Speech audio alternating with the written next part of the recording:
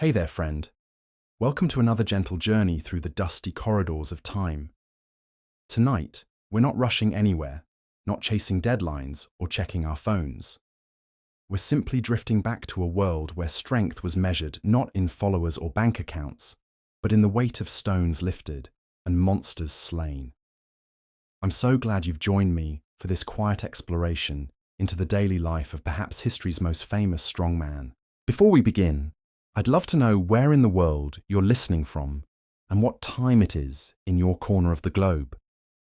There's something wonderfully comforting about knowing we're all here together, scattered across continents but united in our curiosity about the past.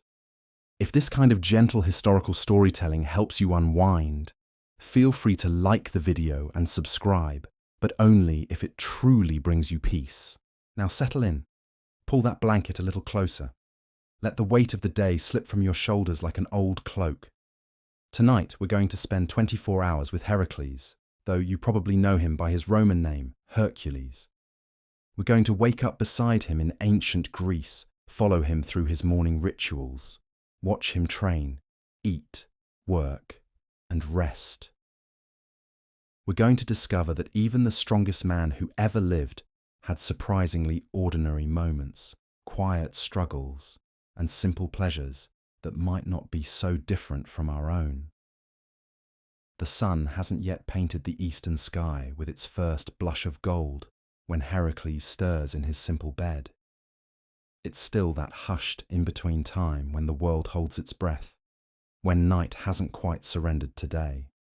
The roosters haven't begun their chorus, the merchants haven't started their calls, and even the ever-present Mediterranean breeze seems to whisper more softly through the olive groves. His bed isn't what you might expect for the most famous hero in all of Greece.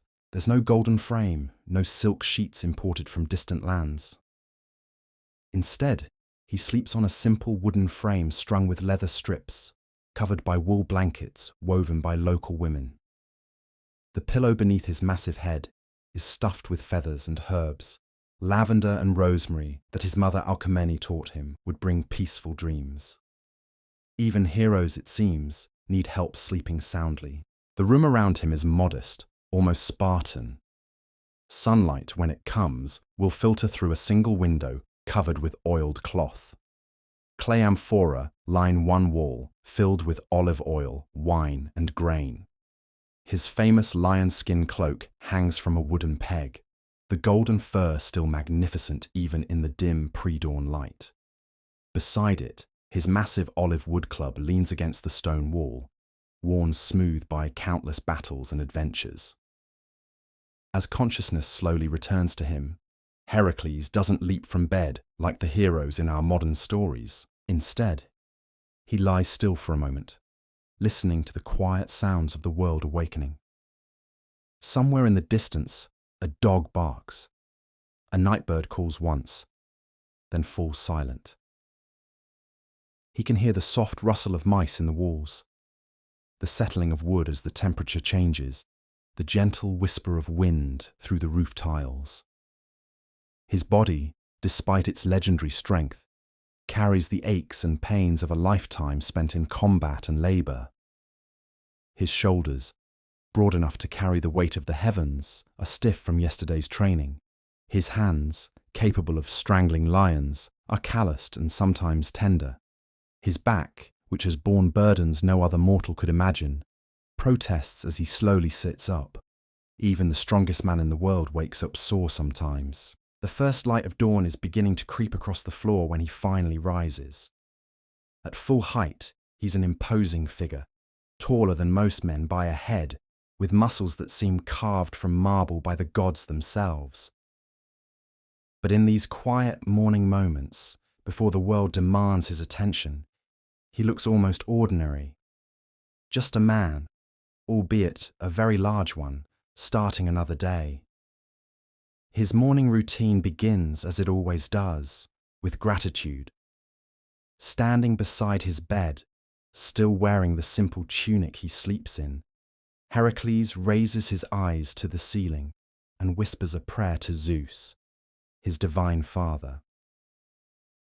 The words are simple, personal, not the formal incantations offered in temples, but the quiet conversation of a son with his father.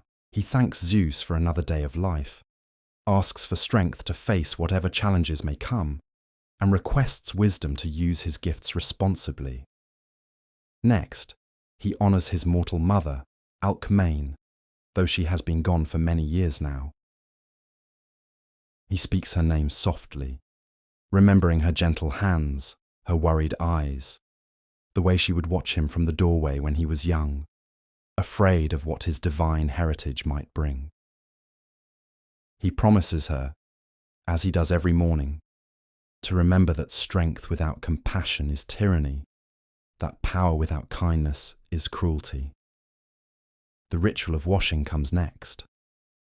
From a large ceramic basin, he pours cool water over his hands, then splashes it on his face and arms. The water is drawn from a well behind the house, sweet and clean, tasting of minerals and earth. In winter, this morning ablution is almost painful, the cold shocking him fully awake. In summer, it's a blessed relief from the heat that seems to follow him everywhere, as if his divine blood runs warmer than that of ordinary mortals. He dresses simply, practically. A short tunic that won't restrict his movement, woven from good wool but not dyed in expensive colours. A leather belt to hold his few possessions. Sandals with thick soles and strong straps, built to last through long journeys and rough terrain. The famous lion skin will come later, when the day's work begins. For now, he's content to look like any other Greek citizen preparing for his daily tasks. Breakfast, when it comes, is substantial but simple. Hercules has learned through experience that his body, larger and more active than most, requires more fuel to function. He breaks his fast with barley bread, still warm from yesterday's baking, drizzled with golden olive oil and sprinkled with coarse salt. There are figs, dried and sweet, and grapes when they're in season. A cup of watered wine, mixed in the proper proportion, accompanies the meal. He eats slowly, thoughtfully, savouring each bite. Food is not just sustenance to him, but a gift from the gods, particularly from Demeter, goddess of the harvest. He has known real hunger in his travels, has gone days without a proper meal while pursuing monsters or completing labours. Those experiences have taught him never to take a full belly for granted. As he eats, he plans his day. Today, like most days, will be divided between training, work, and the countless small requests that come to a man of his reputation. A farmer whose ox has gone missing and might have been taken by bandits. A merchant whose shipment needs protection on the dangerous road to Athens. A mother whose son has fallen ill and who believes, perhaps rightly, that the famous hero's presence alone might help healing. The training comes first, as it always has since he was old enough to lift a sword. Even now, past the prime of youth, Hercules maintains a regimen that would challenge men half his age. It's not vanity that drives him to this daily discipline, but necessity. His strength is not purely divine. It requires constant cultivation, like a garden that will return to wilderness if left untended. He begins with stretching, movements learned from Egyptian wrestlers and Persian athletes. Each muscle group receives attention, from his thick neck down to his powerful calves. The routine is meditative, almost dance-like, and watching him, you might forget for a moment that these are the same hands that once held up the sky. The stretching gives way to exercises with weights, massive stones shaped and smoothed for the purpose. He lifts them overhead, holds them at arm's length, uses them to train every part of his body. The stones are worn smooth by years of use, familiar as old friends. The smallest weighs more than most men can budge. The largest requires all his legendary strength to move. Wrestling comes next, though finding suitable partners has always been a challenge. Usually, he practices alone, moving through the complex holds and throws that made him feared in competition throughout Greece. Sometimes, if he's lucky, a visiting athlete or warrior will spar with him, though these sessions require careful control on his part. Too many training partners have left with bruises and wounded pride for Hercules to take these encounters lightly. The morning training concludes with running, not sprinting, which has never been his strong suit, but the steady, ground-eating pace of a man accustomed to long journeys. He runs through olive groves and vineyards, past temples and farmhouses, his breathing steady and controlled. Farmers wave from their fields. Children run alongside for a few steps before falling behind. Dogs bark at the massive figure passing through their territory. By the time he returns home, the sun has climbed well above the horizon, and the day has truly begun. The training has served its purpose, awakening his body, focusing his mind, preparing him for whatever challenges await. Sweat glistens on his skin, and his muscles feel loose and ready. He's no longer just a man waking up. He's Hercules, son of Zeus, ready to face the world. The transformation from private citizen to public hero happens gradually. First comes the lion skin, that magnificent golden cloak that marks him as unmistakably as a crown marks a king. The skin is from the Nemean lion, the first of his famous labours, and wearing it is both practical and symbolic. It provides protection that no armour can match, but more than that, it reminds him and everyone who sees him of what he has accomplished, what he has overcome. Next comes his club, that massive piece of olive wood that has become as famous as the man who wields it. It's not an elegant weapon, no gleaming bronze or intricate metalwork. Instead, it's honest and brutal, shaped by his own hands, from a tree that Zeus himself struck with lightning. The wood is harder than iron, worn smooth in places by his grip, darkened by the blood of monsters and the sweat of countless battles. With these symbols of his identity in place, Hercules steps out into the world, no longer just a man, but a legend walking among mortals. Yet even legends, as we're about to discover, must deal with surprisingly mundane problems. There are neighbours to greet, chores to complete, and the eternal challenge of living up to a reputation that sometimes feels heavier than any stone he's ever lifted. The morning air carries the scent of baking bread and blooming jasmine as Hercules makes his way through the narrow streets of his neighbourhood. Already people are beginning to approach him with their problems, their requests, their desperate hopes that the hero might solve what they cannot solve themselves. A widow whose roof needs repair before the next rain, a young man seeking advice about marriage, an old soldier with stories to share and wine to offer. Each interaction is a small test of character, a chance to prove that strength and fame haven't corrupted the simple values his mother taught him. He listens carefully, speaks thoughtfully, helps when he can, and politely declines when he cannot. It's not glamorous work, this daily business of being a hero, but it's perhaps the most important part of his legend, the part that makes him beloved rather than merely feared. The first petitioner of the day is always the most memorable, and today it's Thalia, an elderly woman whose goats have been disappearing one by one from her hillside pasture. She clutches his massive forearm with hands like gnarled olive branches, her eyes bright with worry and hope in equal measure.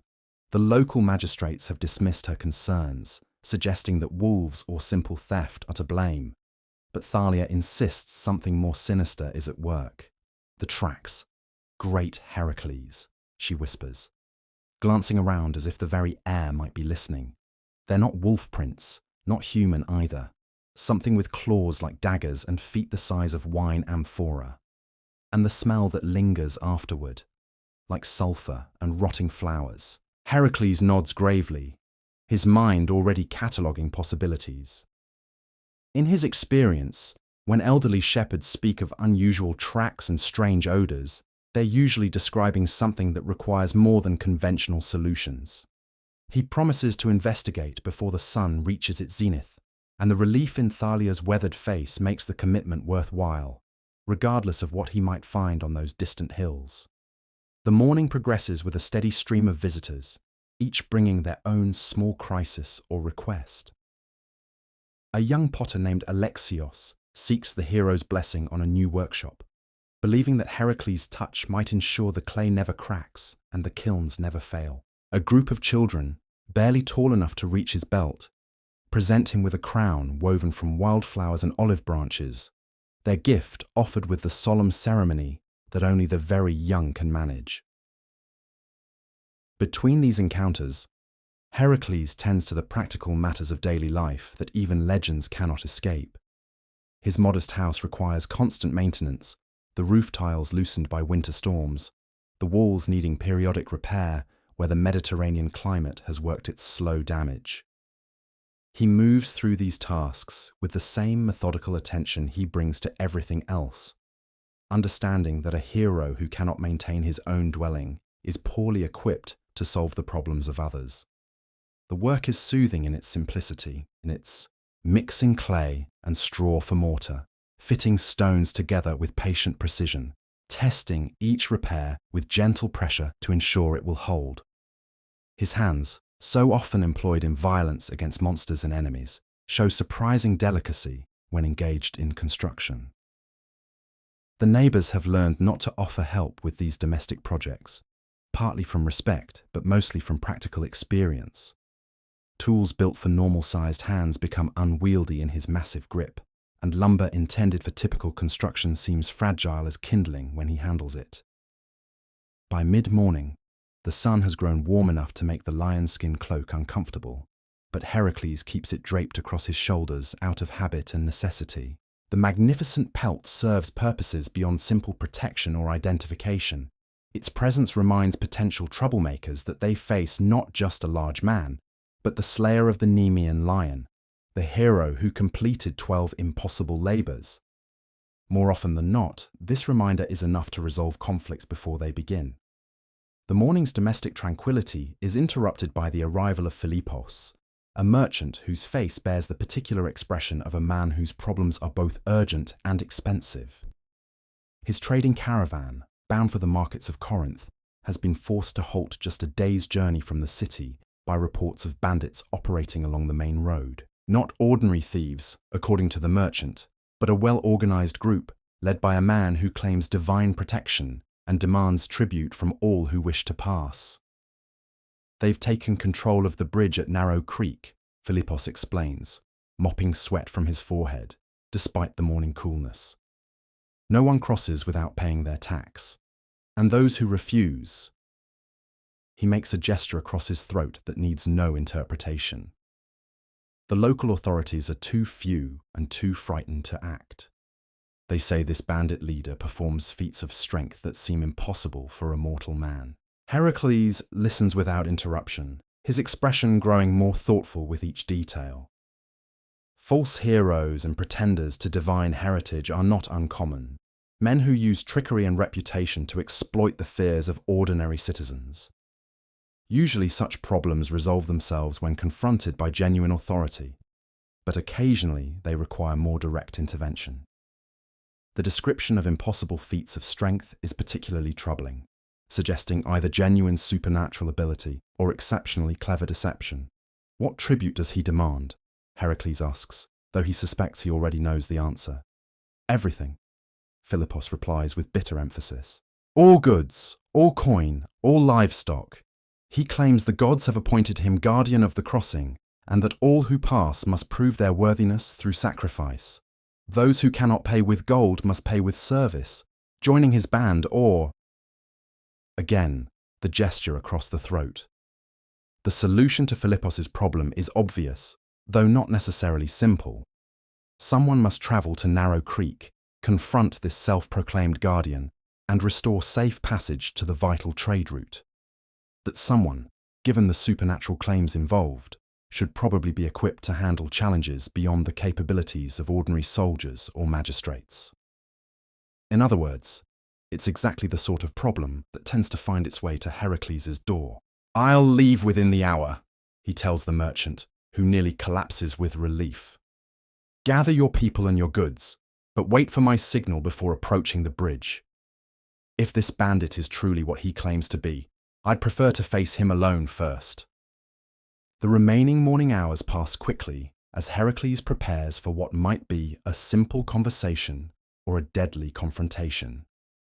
He sharpens his club's few remaining rough edges, though the ancient wood needs little maintenance after so many years of use. His lion-skin cloak receives a thorough inspection, checking for any weak spots or tears that might compromise its protective qualities. Most importantly, he takes time to center his mind, preparing for the possibility that this day might require him to take a life. Killing is never easy for Heracles, despite his reputation and the legends that paint him as eager for combat. Each death weighs on him, even when justified by the protection of innocence or the enforcement of justice. He has learned through hard experience that the ease with which his strength can end a life makes every violent encounter a test of restraint and judgment. Too little force, and innocent people remain in danger.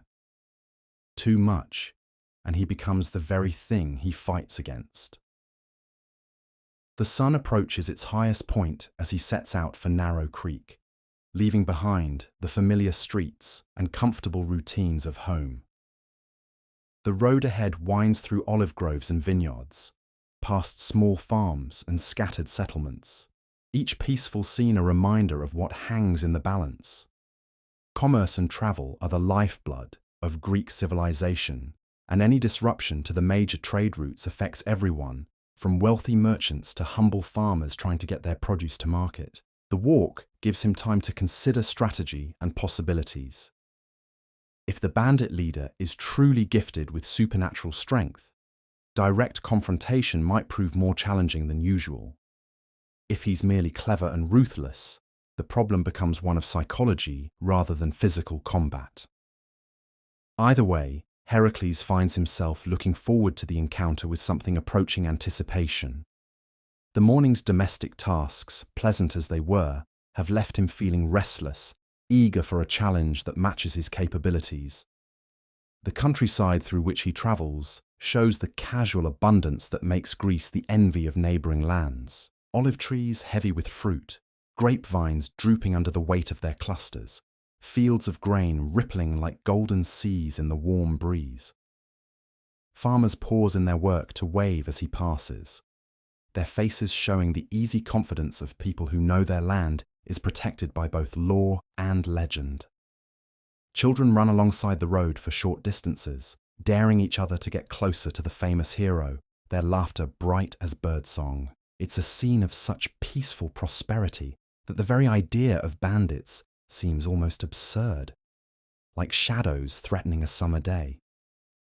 Yet Heracles knows how quickly such tranquility can be shattered, how easily the comfortable rhythms of civilized life can be disrupted by those who choose to take rather than earn, to rule through fear rather than serve through strength.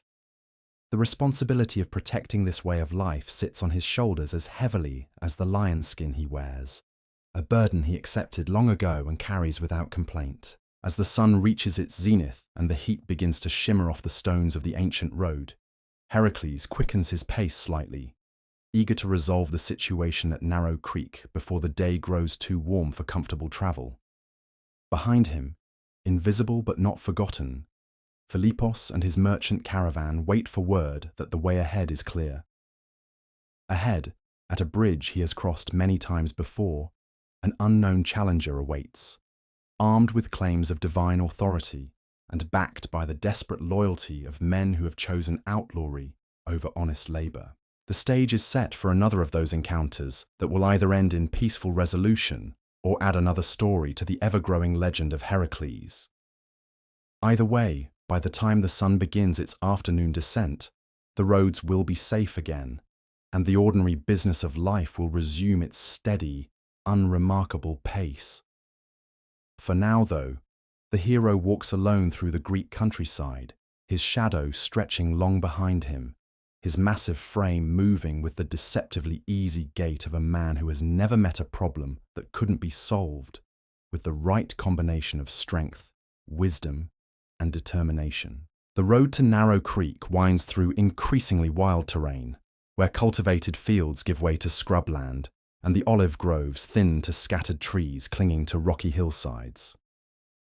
With each step away from civilization, Hercules feels the familiar shift in his awareness, the heightening of senses that comes when moving from the safe world of hearth and home into the uncertain realm where heroes earn their reputations.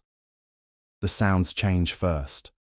Gone are the comfortable noises of village life, the lowing of cattle and the voices of children at play. Instead, there's the whisper of wind through dry grass, the distant cry of a hawk circling overhead, and beneath it all, a quality of silence that speaks of emptiness, of spaces where few people choose to linger.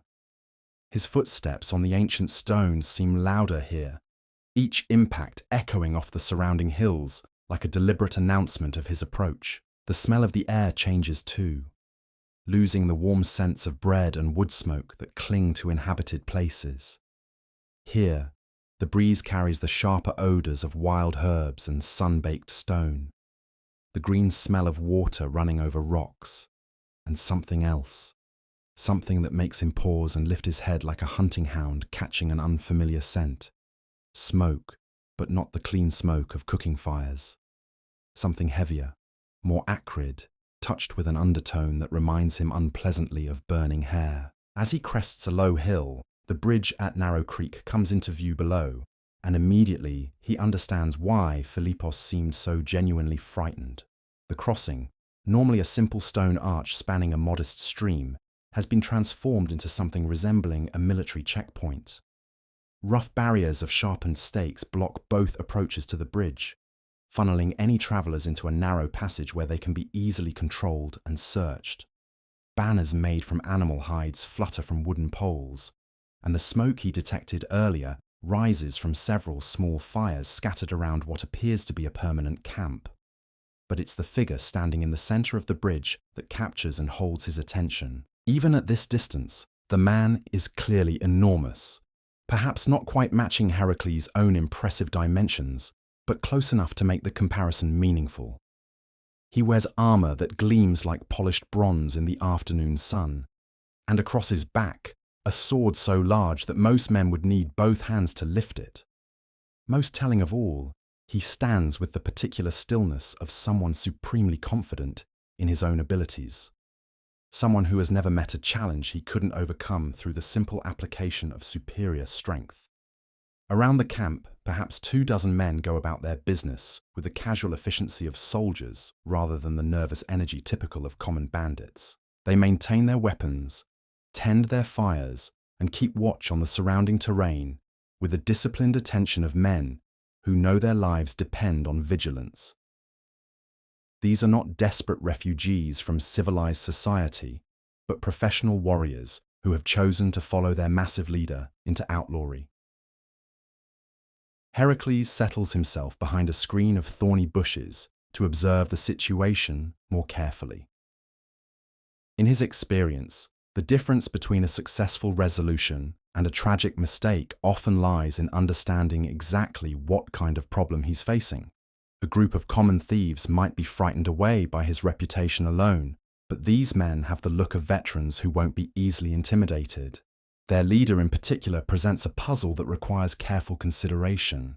The giant on the bridge moves with the fluid grace of someone completely comfortable with his own massive frame, a quality Hercules recognizes from his own reflection.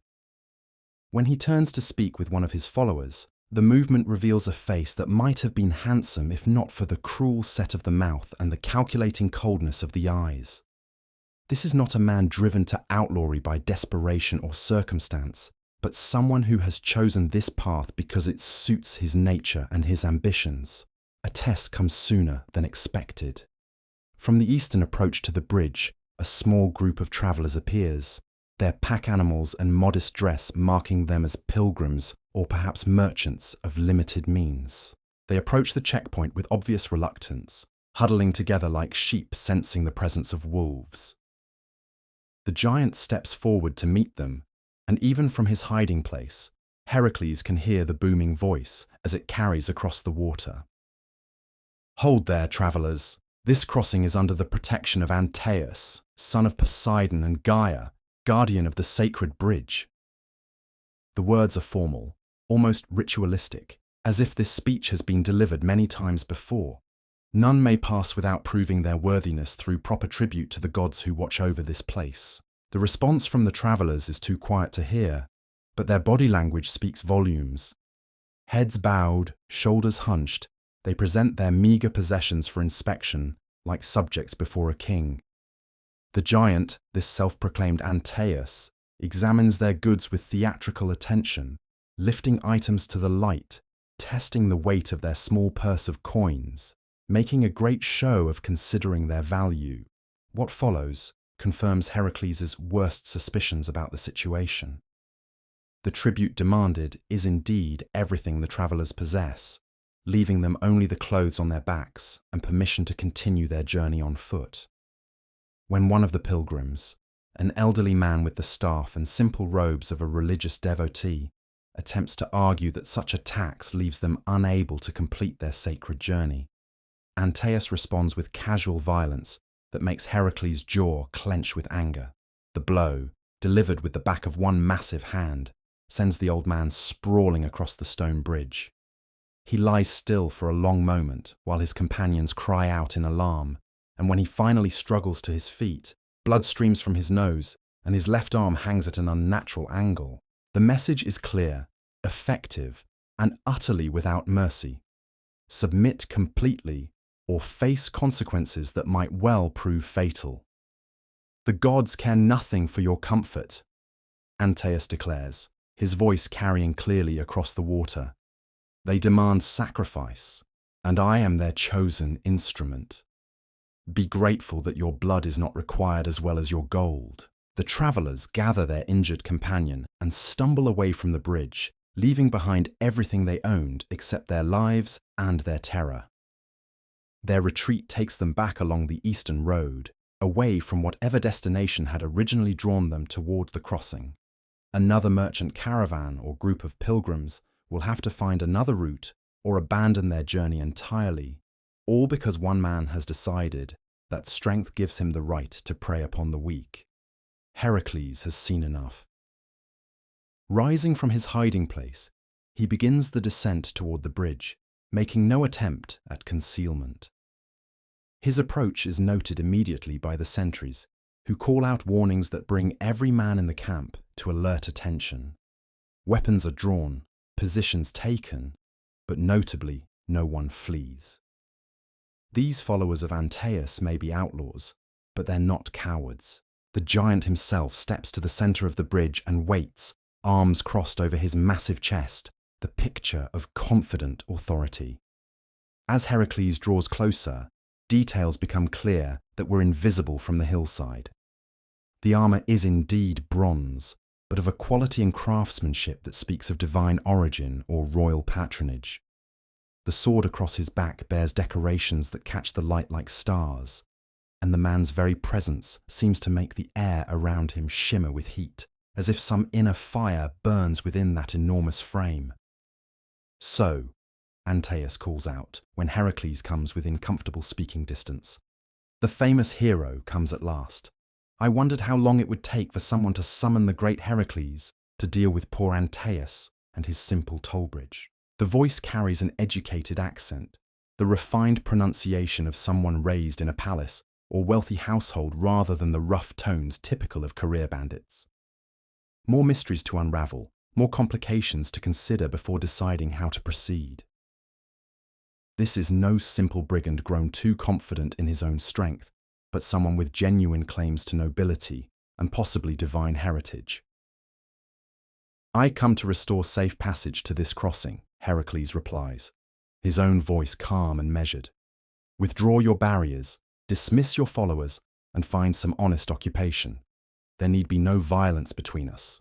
Antaeus throws back his head and laughs, a sound like summer thunder rolling across distant hills. Honest occupation. What could be more honest than serving the gods as their appointed guardian? What could be more righteous than ensuring that travelers prove their devotion through appropriate sacrifice? He steps forward, and the stone bridge seems to tremble slightly under his weight. But perhaps you speak truly about violence being unnecessary. Perhaps the famous hero of the 12 Labours would prefer to settle this matter through proper contest rather than mere slaughter.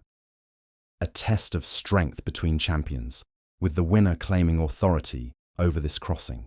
The challenge hangs in the air between them like incense smoke, formal and binding once acknowledged. Around the bridge, the outlaw band watches in silence, while somewhere behind him, Hercules knows that Philippos and his merchant caravan wait for word that the road is clear. The afternoon sun beats down on the ancient stones, and a hawk circles overhead, crying once before disappearing beyond the hills. Hercules considers the offer carefully. Single combat would certainly minimize the bloodshed, and if this Antaeus is truly what he claims to be, it might be the only way to resolve the situation without a battle that could cost many lives. On the other hand, agreeing to the contest legitimizes the giant's claims to divine appointment and suggests that might alone determines right. The philosophical implications are troubling, but the practical considerations are even more pressing. "What terms do you propose?" he asks finally, and sees satisfaction flicker across Antaeus' brutal features. "Simple enough," the giant replies. "Wrestling, without weapons, until one of us yields or can no longer continue. If you win, I and my followers abandon this place and seek our fortunes elsewhere. If I prove victorious, you acknowledge my authority here and continue on your way without further interference." It seems reasonable, even generous, given the circumstances. Too reasonable, perhaps, for a man who has shown such casual cruelty to helpless travellers. Hercules' experience with seemingly straightforward challenges has taught him to look for hidden traps and unexpected complications. Still, the offer provides a path to resolution that doesn't require him to fight his way through 24 armed followers, and the alternative might well be a bloodbath that serves no one's interests. "Very well," he agrees, beginning to remove his lion-skin cloak and set aside his massive club. "But know this, Antaeus. When I defeat you, your followers will have safe passage to leave this place unharmed. But I will personally ensure that any who return to outlawry face consequences far more severe than simple exile." The giant's smile grows wider, revealing teeth that gleam like polished ivory. "When you defeat me, great hero." Such confidence might be admirable if it were not so tragically misplaced. He begins removing his own equipment, the bronze armor coming away in pieces to reveal a torso that might have been carved from marble by the greatest sculptors of Athens. Every muscle is clearly defined, every proportion perfect, and the skin bears the pale scars that mark a warrior of long experience. This is not the soft bulk of a man grown fat on easy victories, but the functional strength of someone who has earned his reputation through genuine combat. As both men prepare for the contest, their followers form a rough circle around the bridge, creating an impromptu arena for what promises to be a battle worthy of legend. The afternoon air grows still, as if the very world holds its breath in anticipation. Somewhere in the distance, a dove calls to its mate, the sound sweet and incongruous in the tension of the moment. Hercules flexes his hands, working the stiffness from his fingers and checking the footing on the stone bridge. The surface is worn smooth by countless feet over the centuries, providing good grip but little forgiveness for mistakes. A fall here could easily result in serious injury, and something in Antaeus' confident manner suggests that such an outcome would not displease him. The two giants face each other across the narrow span, each taking the measure of his opponent with the careful attention of professionals. They are well matched in size and obvious strength, but Hercules notes subtle differences that might prove significant. Antaeus moves with a fluidity that suggests perfect balance and coordination, while his own style tends toward the more direct application of overwhelming force. The contest ahead will likely be decided by technique and endurance rather than simple power. "Are you ready, son of Zeus?" Antaeus asks, settling into a wrestler's crouch that displays both grace and predatory intent. "I am ready," "Son of whoever you truly serve," Hercules replies, and sees the first flicker of genuine anger cross his opponent's features. The hawk cries once more, high overhead, and the contest begins. They circle each other with the patient wariness of apex predators, each step deliberate, each movement calculated. The stone beneath their feet has witnessed countless crossings over the centuries, merchants and pilgrims, soldiers and scholars, but never a contest quite like this. The afternoon sun casts their shadows long across the bridge, two dark shapes that seem to wrestle with each other even before their owners make contact. Antaeus moves first, lunging forward with surprising speed for such a massive frame.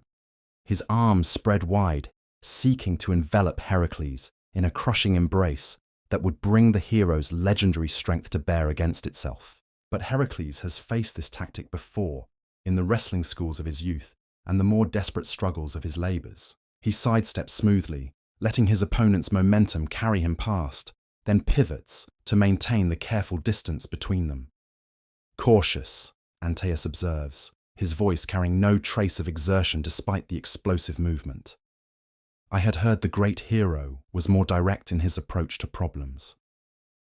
I've learned that haste often serves my enemies better than it serves me," Hercules replies, watching the way his opponent resets his stance, noting the slight favour given to the left leg, cataloguing potential weaknesses for future reference.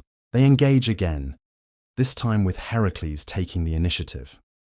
His approach is methodical, probing, testing his opponent's defences with careful grips and controlled pressure. Antaeus responds with techniques that speak of formal training, the kind of instruction available only in royal courts or sacred gymnasia. His balance is exceptional, his leverage precise, and when he counters Hercules' initial attempts, it's with a smoothness that suggests years of dedicated practice. The first real test of strength comes when they lock up properly, hands gripping shoulders, bodies pressed close enough that each can feel the other's heartbeat. For a moment, they strain against each other without movement, two irresistible forces meeting in perfect opposition. The stone bridge creaks slightly under the combined pressure of their efforts, and Hercules realizes, with growing concern, that his opponent's strength is indeed genuine, possibly even equal to his own. Then Antaeus does something unexpected. Instead of continuing the direct test of power, he suddenly drops his center of gravity and attempts a throwing technique, using Hercules' own strength against him to generate momentum for the throw. It's expertly executed, the kind of move that would send most opponents flying through the air to land hard on unforgiving stone. But Hercules has spent decades learning to control his own massive frame, and his response is instinctive rather than planned. He flows with the throw instead of resisting it, using the momentum to spin behind his opponent and attempt a hold of his own.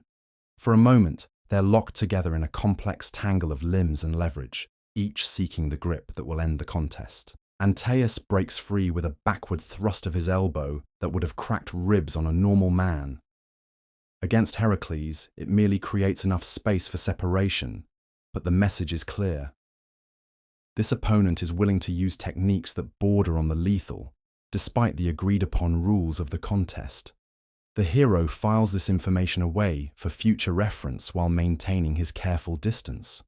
"Impressive," he admits, rolling his shoulders to work out the strain from their brief grappling. "Your teachers were skilled." "My teachers were gods," Antaeus replies, and there's something in his voice that suggests this might not be mere boasting. "Poseidon himself showed me the secrets of leverage and flow, while Gaia taught me the strength that comes from proper foundation. The names of the gods spoken so casually should be dismissed as the usual bluster of would-be heroes, but Hercules has learned to take such claims seriously. His own divine heritage has taught him that the Olympians take a more active interest in mortal affairs than most people realize, and they're quite capable of blessing chosen champions with abilities that transcend normal human limitations. As if to demonstrate this point, Antaeus suddenly seems to grow more solid, more rooted to the bridge beneath his feet. When they engage again, his stability is remarkable, almost impossible to shake despite Heracles' best efforts. Every throw attempt is absorbed and countered, every grip broken with techniques that seem to draw power directly from the earth itself. The realization comes gradually, pieces of a puzzle falling into place as the contest continues. Antaeus isn't just claiming divine parentage for the sake of intimidation. His connection to Gaia, the earth goddess, appears to be genuine and functional. As long as he maintains contact with the ground, he draws strength from that connection, making him not just formidable, but potentially unbeatable through conventional wrestling techniques. This knowledge changes everything about the contest's dynamics. What seemed like a straightforward test of strength and skill has become something far more complex, a battle against an opponent whose power source is literally inexhaustible as long as he remains grounded. Heracles finds himself in the uncomfortable position of facing an enemy who grows stronger with each moment of contact with the earth. The afternoon shadows grow longer as the contest continues, neither man able to gain decisive advantage. Antaeus fights with the patient confidence of someone who knows time is on his side, while Heracles begins to feel the first subtle signs of fatigue. His breathing grows slightly labored, his movements less fluid, while his opponent seems as fresh as when they began. Around them, the watching outlaws maintain perfect silence, their faces showing the absorbed attention of men witnessing something extraordinary. Even they seem to understand that this is more than a simple contest between brigands and hero. This is a clash between different concepts of power, different relationships with the divine forces that shape the world. You begin to understand, Antaeus says during a brief separation, his voice carrying no trace of exertion. Strength without foundation is meaningless. Power without proper connection to its source is destined to fail. Heracles doesn't waste breath on a reply, but his mind races through possible solutions. Direct wrestling appears futile against an opponent who can draw unlimited strength from the earth itself. Conventional holds and throws are useless against someone who becomes more powerful the longer he remains grounded. The contest seems designed to showcase the fundamental weakness in Heracles' approach to problems, his reliance on personal strength rather than divine connection. But every advantage carries within it the seeds of its own limitation. If Antaeus draws his power from contact with the earth, then the solution becomes obvious, if not necessarily simple. The hero must find a way to separate his opponent from his source of strength, to lift him away from the ground that feeds his abilities. The next engagement is different, more desperate on Heracles' part. Instead of seeking to throw or pin his opponent, he focuses on lifting, using every technique he's learned over the years to get Antaeus off his feet. It's exhausting work against someone of such size and skill, made more difficult by the giant's obvious understanding of what Heracles is attempting. Clever, Antaeus acknowledges, resisting the lifting attempts with techniques that keep his feet firmly planted on the stone bridge. But cleverness without sufficient strength is merely intelligence recognizing its own limitations. Wow! For a moment, it seems he might be right. Despite all his legendary power, Heracles finds himself unable to break his opponent's connection to the earth. Every attempt to lift is countered. Every effort to unbalance is absorbed and redirected. The afternoon sun beats down mercilessly, and sweat begins to sting his eyes as he strains against what feels like an immovable object. Then, in a moment of inspiration or desperation, Heracles changes tactics entirely. Instead of trying to lift Antaeus cleanly from the ground, he uses a technique learned from watching dock workers loading heavy cargo onto ships. He gets beneath his opponent, uses his legs as well as his arms, and employs leverage instead of relying purely on strength. The movement catches Antaeus by surprise, his superior technique suddenly meaningless against an approach he hasn't prepared for. For the first time in the contest, his feet leave the stone surface of the bridge, and the change in his expression is immediate and telling. The confident smile fades, replaced by something approaching alarm as he realizes his connection to Gaia has been severed. Hercules doesn't waste the opportunity. Once he has Antaeus off the ground, he keeps him there, holding the struggling giant aloft despite the enormous effort required. Without his divine connection, Antaeus is still formidable, but no longer impossible to overcome. His strength becomes finite, his endurance limited by mortal constraints. Impossible, Antaeus gasps, his struggles growing weaker as the separation from Earth continues. No mortal strength can overcome the gifts of the gods. Perhaps not. Heracles agrees, his own voice strained by the effort of maintaining his hold. But mortal determination can sometimes find ways around divine gifts, especially when those gifts become dependencies. The contest's end comes not with dramatic violence, but with simple exhaustion. Separated from his source of power, Antaeus quickly reaches the limits of purely human endurance. His struggles grow weaker, his breathing more labored, until finally he signals surrender with a weak tap against Heracles' arm. Only then does the hero lower his opponent to the bridge's surface, where Antaeus collapses to his hands and knees, gasping like a fish pulled from water. The connection to Gaia reasserts itself immediately, but the damage to his confidence and his followers' faith in his invincibility has been done. The crossing is yours, Antaeus admits, his voice barely above a whisper. I will honor the terms of our agreement. Around them, the outlaw band begins to disperse with the efficient speed of men who understand when a situation has become untenable.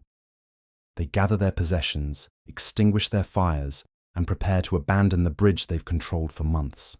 There's no argument, no discussion of alternative plans. Their leader has been defeated in fair combat, and that defeat has dissolved whatever bonds of loyalty held them together. Heracles helps Antaeus to his feet, noting that the giant's strength returns quickly once he's in contact with the ground again. It's a dangerous gift, this connection to the Earth goddess, but also a limiting one. A power that can only be exercised while remaining in one place is ultimately a form of imprisonment, however comfortable it might seem. Where will you go? He asks, genuine curiosity coloring his voice. Antaeus straightens slowly, dignity returning along with his strength. Far from here to places where the earth runs deeper and the connection is stronger. Perhaps to the deserts of Libya, where Gaia's power is ancient and uncompromised by the footsteps of too many mortals. It's not a threat, merely a statement of intent, but Heracles files it away for future reference. Antaeus defeated is still Antaeus, still possessed of supernatural abilities that could prove problematic if directed toward harmful ends. But that's a concern for another day, another hero perhaps. For now, it's enough that the bridge is clear and safe passage restored. The sun is beginning its descent toward the western hills when Heracles finally signals to Philippos and his merchant caravan that the way ahead is safe. The barriers are down, the camp abandoned, and the bridge once again serves its original purpose as a simple crossing over a modest stream. The transformation is remarkable in its completeness, as if the weeks of outlaw control were merely a brief, unpleasant dream. The merchants express their gratitude with the effusive thanks typical of people whose livelihoods have been restored, but Heracles accepts their praise with the weary politeness of someone eager to return home. The contest with Antaeus has drained him more than he cares to admit, not just physically, but emotionally. There's something unsettling about facing an opponent whose power comes from the same divine sources that shaped his own abilities.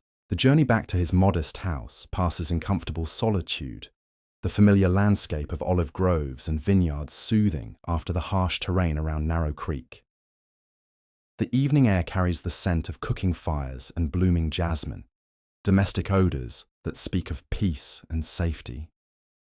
Children wave from doorways as he passes, their faces bright with curiosity about where the great hero has been and what adventures he's experienced. By the time he reaches his own threshold, the stars are beginning to appear in the darkening sky, and the day's heat has given way to the pleasant coolness that makes Mediterranean evenings so cherished. His modest home seems smaller after the afternoon's grand confrontation, but also more precious. Here, at least, he's not expected to be anything more than a man seeking rest after honest labour. The evening meal is simple, as always. Bread and olives, a bit of cheese made by a neighbour's goats, wine mixed with water in the proper proportions. He eats slowly, savouring each bite, thinking about the day's events and their implications. The encounter with Antaeus has reminded him that the world still holds mysteries, that divine power takes many forms, and that even the strongest hero must remain humble in the face of forces beyond his understanding. As night settles fully over the landscape, Hercules prepares for sleep with the same methodical attention he brings to everything else. The lion skin is hung carefully from its peg, the massive club placed within easy reach, but not so close as to suggest paranoia. His evening prayers are brief but heartfelt, thanking Zeus for another day safely concluded and asking for wisdom to face whatever challenges tomorrow might bring. The bed that seemed so ordinary at dawn now feels like luxury itself, soft wool and feathers cradling his tired body with gentle care. Outside, the night sounds of rural Greece provide a peaceful symphony.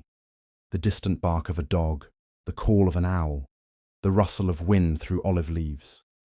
Somewhere in the darkness, Antaeus is beginning his own journey toward exile, carrying with him the memory of defeat, and perhaps the first seeds of wisdom about the limitations of power.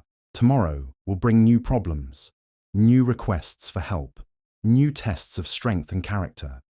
There will be more monsters to face, more injustices to correct, more impossible tasks to accomplish. Such is the lot of heroes, to serve as bridges between the world as it is and the world as it should be, using whatever gifts they possess in service of those who have no gifts at all. But tonight, Hercules is simply a tired man in a comfortable bed, drifting towards sleep with the satisfaction of work well done and duties properly fulfilled. The legend can wait until morning. For now, it's enough to be human, to rest, and to dream of simpler times when strength was measured, not in the weight of stones lifted, but in the gentleness with which they were set down. The hero sleeps, and the world is safer for his slumber. The pre-dawn darkness finds Hercules stirring once again, though this time his awakening carries the particular stiffness that follows a day of genuine exertion. His shoulders protest as he sits up, reminding him of yesterday's contest with Antaeus, and his hands bear the subtle ache that comes from gripping something with desperate strength for far too long. Even heroes, it seems, are not immune to the morning-after consequences of their heroic deeds. The room is still draped in shadow, the oil lamp having burned out sometime in the night, leaving only the faint starlight filtering through the oiled cloth window. His breath forms small clouds in the cool air, a reminder that autumn is beginning its slow advance across the Greek countryside. Soon the olive harvest will begin, the vineyards will burst with activity, and the long, lazy days of summer will give way to the more urgent rhythms of preparation for winter. But that's still weeks away. For now, the morning holds the same gentle promise it always has, the same quiet invitation to begin again, to face whatever challenges the day might bring with fresh eyes and renewed strength.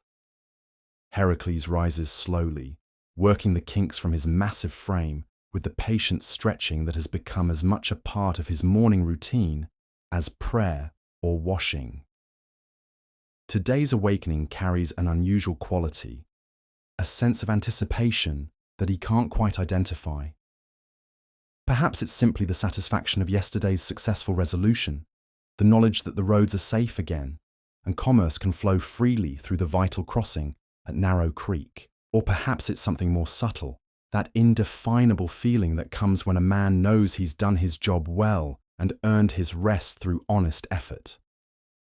The morning prayers come easily today, flowing from his lips with the natural rhythm of genuine gratitude. He thanks Zeus not just for another day of life, but for the strength to use his gifts wisely, for the wisdom to recognize when violence is necessary and when it can be avoided. The encounter with Antaeus could have ended in bloodshed, with broken bodies scattered across the bridge and families mourning their lost sons. Instead, it concluded with honor intact on both sides and a problem solved through contest rather than slaughter. He speaks his mother's name softly, as always, remembering her gentle hands and worried eyes. Alcmen would have approved of yesterday's resolution, he thinks. She always taught him that true strength lay not in the ability to destroy, but in knowing when not to use that ability. A man who can break anything, she once told him, must learn to hold everything gently, or he'll spend his life surrounded by broken pieces. The morning washing is more thorough today, the cool water helping to ease the lingering soreness from yesterday's exertions.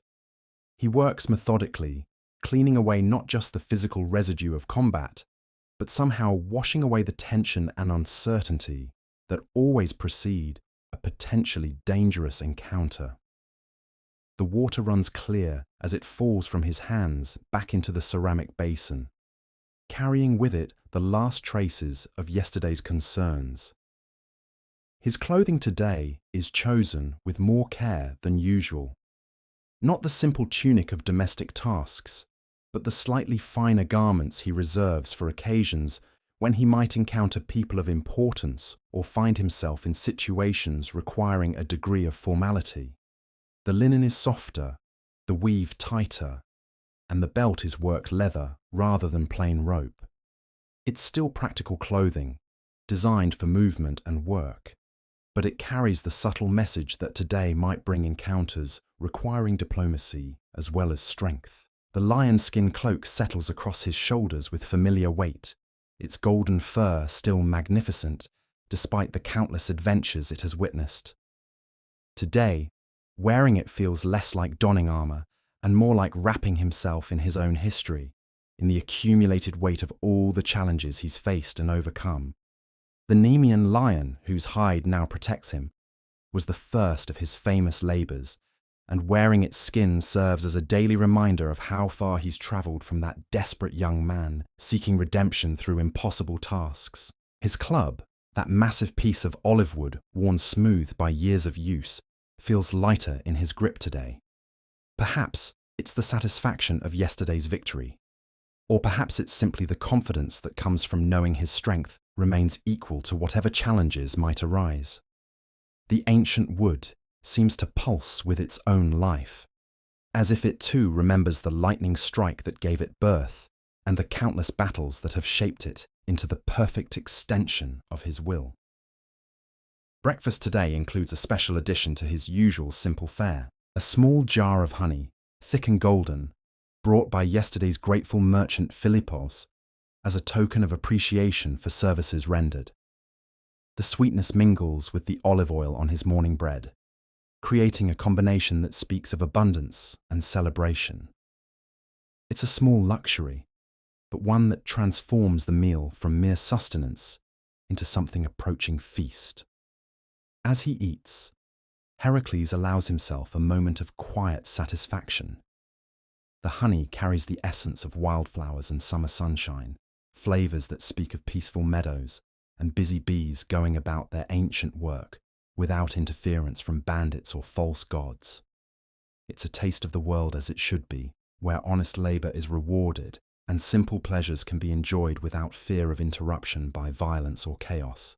The morning's first visitor arrives while he's still savoring the last drops of honey from his finger, licked clean with the unself-conscious enjoyment of a man who has learned not to waste any gift, however small. But this visitor is different from the usual stream of petitioners and problem-bearers. This is Alexios, the young potter who sought his blessing just yesterday, and the young man's face glows with an excitement that suggests good news rather than fresh troubles. "Master Heracles," Alexios calls out, his voice carrying the barely contained joy of someone with wonderful news to share. The kiln fired perfectly. Every piece came out whole, the glazes bright as jewels, and the clay as strong as bronze. The blessing worked exactly as you promised.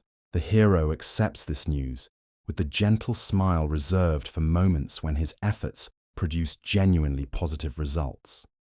The blessing he'd given the potter's workshop was simple enough, just a touch of his hand on the kiln stones and a quiet prayer to Hestia, goddess of the hearth and all things fired in flame. But sometimes the simplest gestures carry the most power, especially when they're offered with genuine good wishes and received with honest faith. "The skill was yours, Alexios," he replies, though his words do nothing to dim the young man's enthusiasm. "I merely asked the goddess to smile upon honest work and good intentions. The quality of the pottery comes from your own hands and your dedication to the craft." But Alexios is not to be dissuaded from his gratitude. From a leather satchel, he produces a small oil lamp, its surface decorated with a relief showing Hercules in combat with the Nemean lion. The workmanship is exquisite, every detail of the struggle captured in the clay with an artist's eye for drama and movement. The lion's mane flows like water, the hero's muscles strain with effort, and both figures seem frozen at the moment of greatest tension. "For your evening prayers," the potter explains, his face flushed with the pride of a craftsman presenting his finest work. The oil reservoir is deep, and the wick channel is designed to burn cleanly without smoke. It should give you many hours of steady light for reading or meditation. Hercules accepts the gift with the solemnity it deserves, turning the lamp in his massive hands to examine the artistry more closely. The relief tells the story of his first labor with remarkable accuracy, capturing not just the physical struggle, but somehow suggesting the desperation and determination that drove him to attempt such an impossible task. It's a reminder of where his heroic journey began, and perhaps a suggestion of how far he's traveled since those early, uncertain days. "It's beautiful work," he says simply, knowing that for an artist, no praise carries more weight than sincere appreciation from someone who understands quality. "I'll think of your skill and dedication every time I light it." The morning progresses with a steady but manageable stream of visitors, each bringing their own small concerns or requests for assistance. A farmer whose prize bull has gone lame and wants to know if the hero has any knowledge of veterinary healing. A mother whose teenage son has begun talking of seeking adventure and glory, hoping perhaps that a word from the famous Hercules might either encourage the boy's ambitions or convince him to appreciate the safety of home. Each interaction is handled with the patient attention that has become second nature to him over the years. The farmer receives practical advice about caring for injured livestock, knowledge gained from years of traveling with pack animals and war horses. The worried mother gets a more complex response, a gentle explanation of both the rewards and costs of the heroic path, leaving the final decision to the family while ensuring they understand what such choices truly mean. Between these encounters, Hercules tends to the daily tasks that keep his modest household functioning. The roof tiles, loosened by yesterday's brief afternoon storm, need to be reset before the next rain. The olive oil in his storage jars requires checking, as the autumn pressing will soon provide fresh supplies, and the old oil must be used before it turns rancid. These domestic chores provide a soothing counterpoint to the more dramatic aspects of his reputation. There's something deeply satisfying about work that produces immediate, visible results, about problems that can be solved with nothing more complicated than strong hands and patient attention to detail. A loose roof tile doesn't require wrestling techniques or divine intervention, just careful placement and the right amount of pressure to ensure a proper seal. The morning's training session is modified today, adjusted to account for yesterday's exertions and the lingering soreness in his shoulders and back.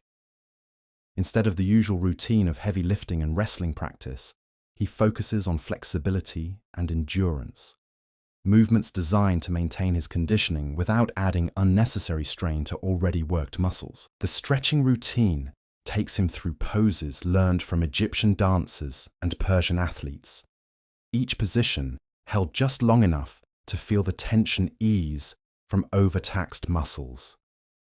His breathing remains steady and controlled throughout, the rhythm serving as a kind of moving meditation that centers his mind as well as preparing his body for whatever the day might bring. The running portion of his training takes him along a different route today, through vineyards where the grapes hang heavy and ready for harvest. The vines are thick with fruit, their leaves beginning to show the first hints of autumn colour, and the air carries the sweet scent of ripening that speaks of abundance and successful cultivation. Workers in the vineyards wave as he passes, their faces showing the particular contentment that comes from seeing a season's labour approaching its successful conclusion. As he runs, Hercules finds his thoughts turning to the nature of strength and its proper use. Yesterday's encounter with Antaeus raised questions that go beyond simple tactics or combat techniques. The giant's power came directly from his connection to Gaia, the earth goddess, making him nearly invincible as long as he remained grounded. But that same connection also limited him, binding him to one place and making his strength dependent on maintaining that contact. It's a metaphor, perhaps, for different approaches to power and responsibility. Some draw their strength from deep roots, from connection to ancient sources and traditional ways of thinking.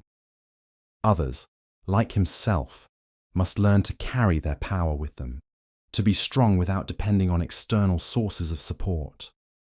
Both approaches have their advantages and limitations, their moments of triumph and vulnerability. The philosophical implications of this insight continue to occupy his thoughts as he completes his morning run and returns home. The day has grown warm enough to make the lion skin cloak uncomfortable, but he keeps it in place out of habit and necessity. The magnificent pelt serves purposes beyond simple protection or identification, reminding both himself and others of the standards expected from someone who bears such symbols of achievement. The midday meal is interrupted by the arrival of an unexpected visitor, someone whose presence immediately changes the atmosphere of the peaceful morning.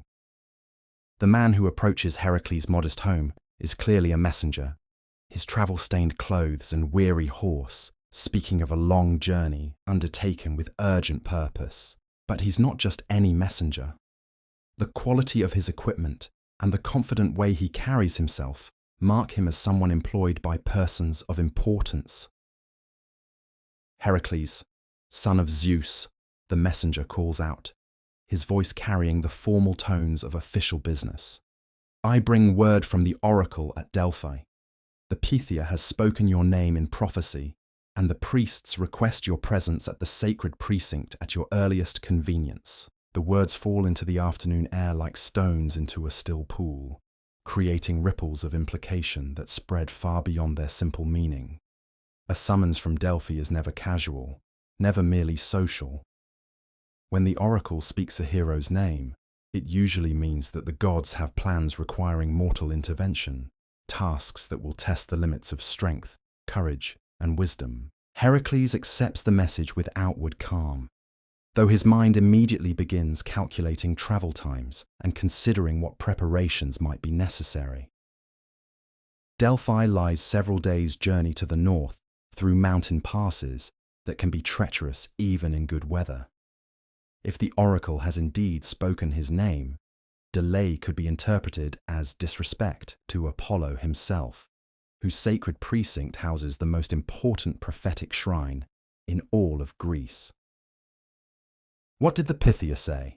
He asks, though he suspects the messenger either doesn't know or isn't authorized to share the specific details of the prophecy. Only that your name was spoken in connection with a task of great importance, the messenger replies, confirming Hercules' suspicions.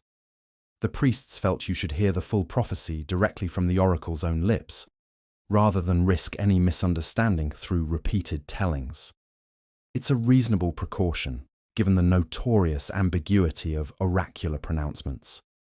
The Pythia's words are often cryptic, requiring careful interpretation, and sometimes becoming clear only after the events they describe have already unfolded. A prophecy misunderstood or incompletely communicated could lead to disaster, particularly when it involves someone of Hercules' capabilities and reputation. The messenger accepts the hero's offer of food and rest for both himself and his horse, grateful for the hospitality after his long journey. As he tends to his travel needs, Hercules begins the mental process of preparing for another adventure, another test of his abilities in service to the gods and the people of Greece. The afternoon passes quickly as he makes the necessary arrangements for his departure. Neighbors are informed of his impending absence in case any urgent matters arise that require his attention. His modest household is secured against the weather and potential thieves, though few would be foolish enough to rob the home of Greece's most famous hero.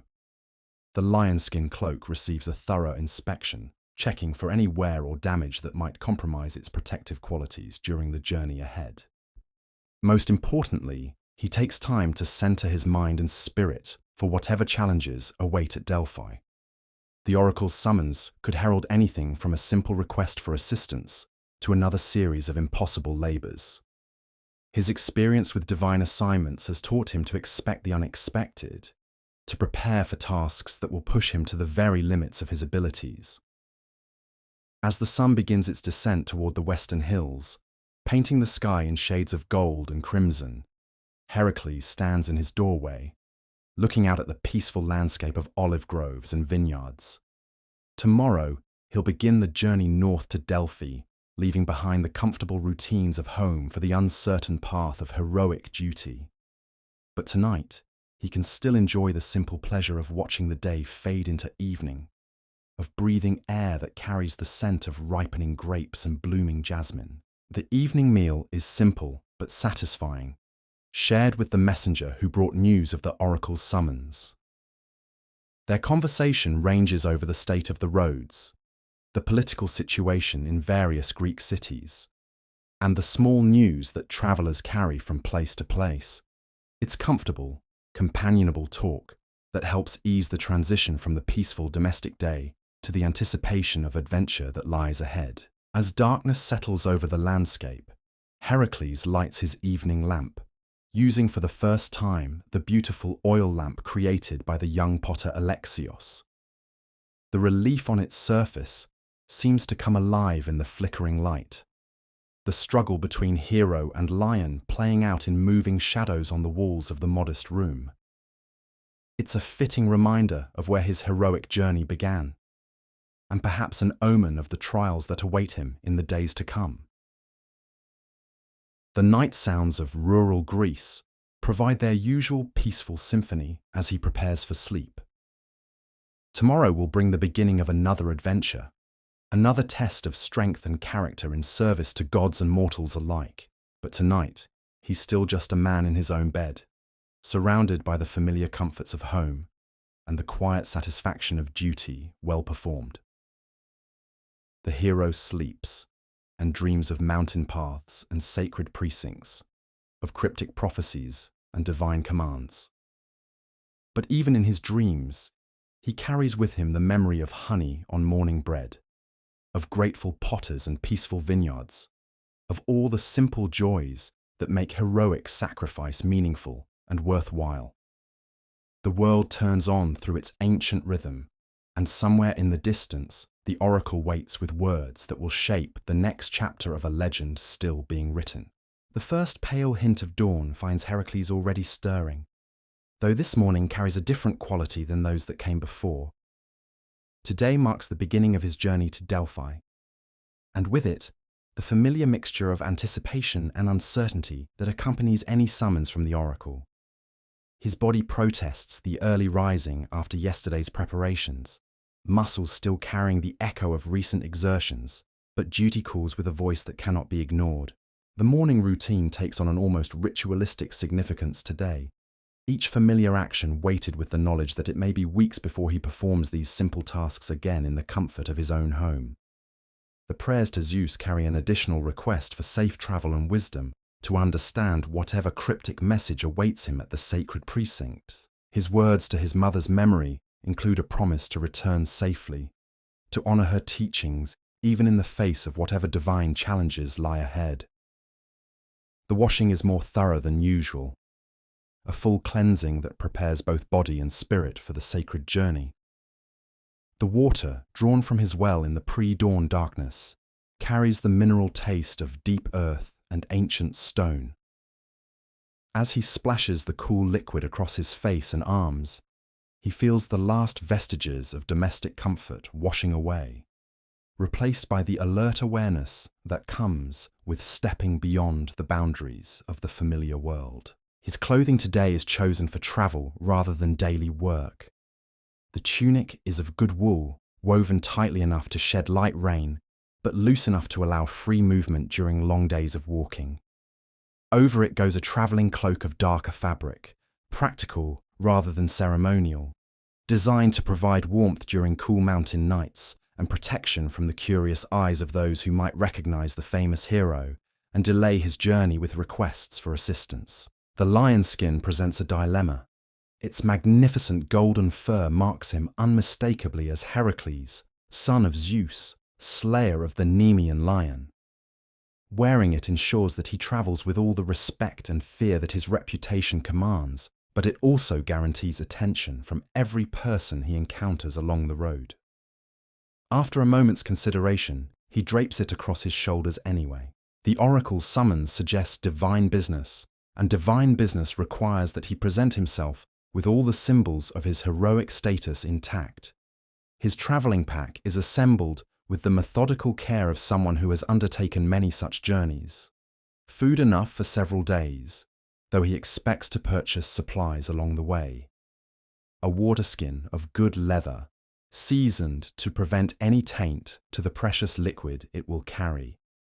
Olive oil for cooking and lamp fuel, wrapped carefully to prevent spills.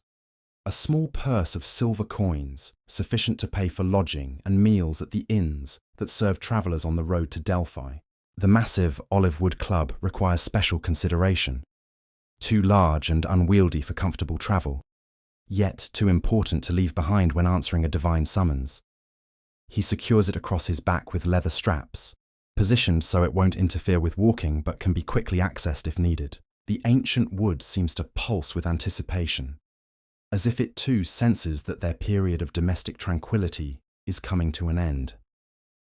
Breakfast is substantial, designed to provide energy for the long day of travel ahead. Barley bread thick with honey, dried figs sweet with concentrated sunshine, and cheese aged to the perfect balance of sharpness and richness. He eats slowly, savouring each bite, while watching the eastern sky gradually lighten from black to deep blue, to the first hints of gold. This may be the last peaceful meal he enjoys for some time, and he's learned not to take such simple pleasures for granted. The messenger who brought word of the oracle's summons has already departed, his duty completed, and his own destination calling. But he left behind more than just the formal message. His presence served as a reminder that Heracles' reputation extends far beyond his immediate neighbourhood, that his actions ripple outward through the complex web of relationships that bind Greek civilization together. Kings and priests, merchants and common farmers all have some awareness of the hero's deeds and some expectation of what he might accomplish in the future. As the sun clears the eastern hills, casting long shadows across the olive groves and vineyards, Heracles makes his final preparations for departure. The house is secured, windows shuttered and doors barred against both weather and the unlikely possibility of theft. A few neighbours have gathered to see him off, their faces showing the mixture of pride and concern that always accompanies the departure of someone embarking on potentially dangerous business. Old Thalia, the shepherd whose missing goats he investigated just days ago, presses a small wrapped bundle into his hands. Inside, he discovers a collection of dried herbs, carefully selected and prepared according to knowledge passed down through generations of mountain folk. For healing, she explains in her cracked voice, and for protection against things that don't belong in the proper world. Her weathered hands clasp his briefly, conveying more than words could express about her gratitude and her hopes for his safe return. The young potter Alexios appears with another gift, this one practical rather than mystical. It's a small ceramic flask, perfectly shaped for carrying wine or oil, decorated with a simple but elegant pattern of olive branches. For the journey, he says with the shy pride of a craftsman offering his work to someone he admires. The neck is narrow to prevent spills, and the clay is fired extra hard to withstand rough handling. These small tokens of affection and support carry more weight than their modest size might suggest. They represent the bonds that tie him to this place and these people, the connections that make his heroic labours meaningful rather than merely spectacular. When the oracle's prophecy has been fulfilled, and whatever task awaits him has been completed, these gifts will help guide him home to the simple life he's learned to treasure. The road north from his village begins as a familiar path through well-known countryside, but it quickly becomes something more significant. This is the sacred way that countless pilgrims have travelled over the centuries, seeking wisdom and guidance from Apollo's oracle at Delphi. The stones beneath his feet have been worn smooth by generations of travellers, each carrying their own hopes and fears toward the mysterious pronouncements of the Pythia. The walking settles into the steady rhythm he's developed over years of long journeys. His pace is neither hurried nor leisurely, but measured to cover maximum distance without unnecessary fatigue. The lion-skin cloak adjusts its position naturally with each step, and the great club across his back finds its balance point, becoming part of his movement rather than an impediment to it. The morning air carries the mingled sense of wild thyme and dusty earth, overlaid with the fresher smell of dew evaporating from grass and leaves. Somewhere in the distance, a lark trills its liquid song, and the sound seems to follow him as he walks, a natural accompaniment to the soft rhythm of sandaled feet on ancient stone. These are the moments he treasures most about travel, when the complications of heroic duty fade into the background, and he's simply a man walking through a beautiful world. The first fellow travellers he encounters are a family of pilgrims from a coastal village, their modest dress and carefully rationed supplies marking them as people of limited means, undertaking a journey of great personal significance. The father walks with the careful gait of someone nursing an old injury, while the mother keeps watchful eyes on two young children who seem determined to investigate every interesting stone or unusual plant along the roadside. They recognize him immediately, of course. The lion-skin cloak makes anonymity impossible, and word of his impending journey has already begun to spread along the pilgrim routes. But their recognition brings reverence rather than demands for assistance, the quiet respect of ordinary people for someone who serves as a bridge between their world and the realm of gods and heroes. "Great Hercules," the father says, inclining his head with dignity despite his obviously inferior social position. "We are honoured to share the road with such a distinguished traveller. Perhaps the gods smile upon our own humble journey to the oracle." The hero accepts their greeting with the gentle courtesy his mother taught him, inquiring about their destination and the purpose of their pilgrimage. They seek guidance about their eldest son, a boy of 16 who has shown unusual aptitude for working with metal and dreams of becoming a master smith. The local bronze workers have no need for another apprentice, but they've heard that the workshops near Delphi sometimes accept promising young students. It's a common story, repeated with variations throughout the Greek world. Talented young people seeking opportunities beyond what their birth circumstances provide. Families making sacrifices to give their children chances they never had themselves. The pilgrimage to Delphi serves multiple purposes, combining religious devotion with practical hopes for divine guidance about important life decisions. As they walk together along the gradually climbing road, Hercules finds himself enjoying the simple companionship of people who expect nothing from him beyond basic courtesy. The children, initially awed by his presence, gradually warm to him as they realize he's willing to answer their questions about the various monsters and adventures they've heard described in countless retellings. Their curiosity is genuine and undemanding, focused on details that adult listeners rarely think to ask about. Did the Hydra really have 100 heads? The younger child wants to know, her eyes wide with the particular fascination that young people reserve for safely distant dangers.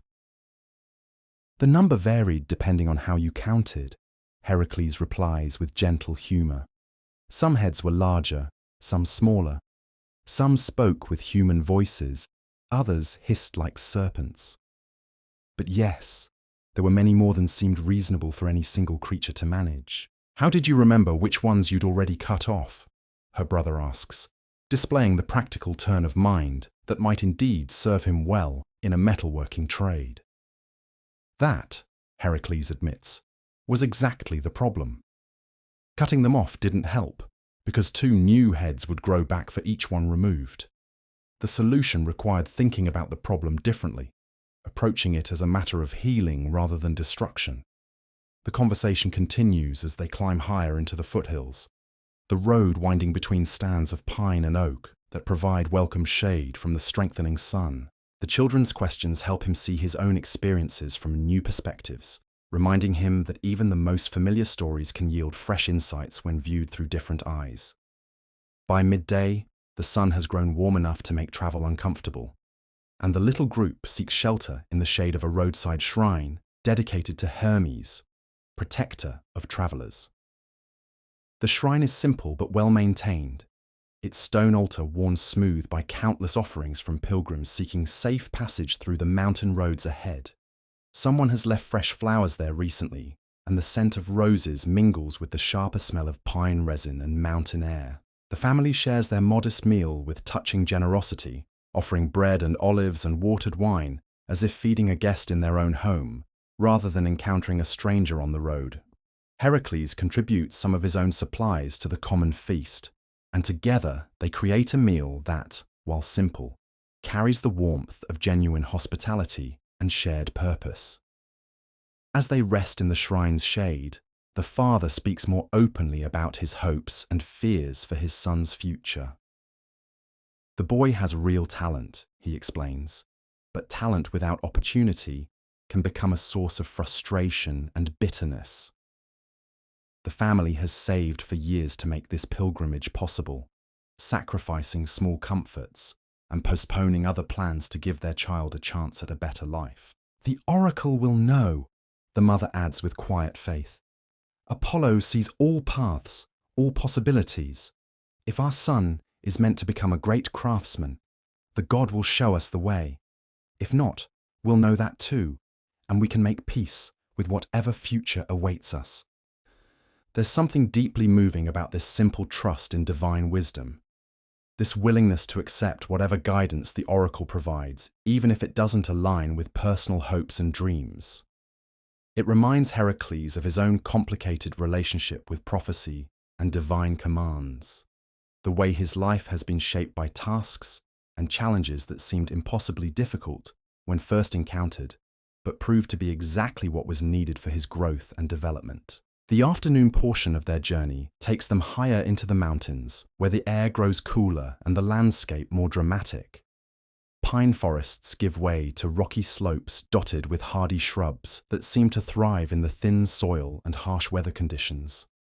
The road becomes steeper and more winding, requiring greater attention to footing and balance as it navigates between towering cliffs and deep ravines. Other travelers begin to appear more frequently as they approach the major pilgrimage routes that converge on Delphi from all directions.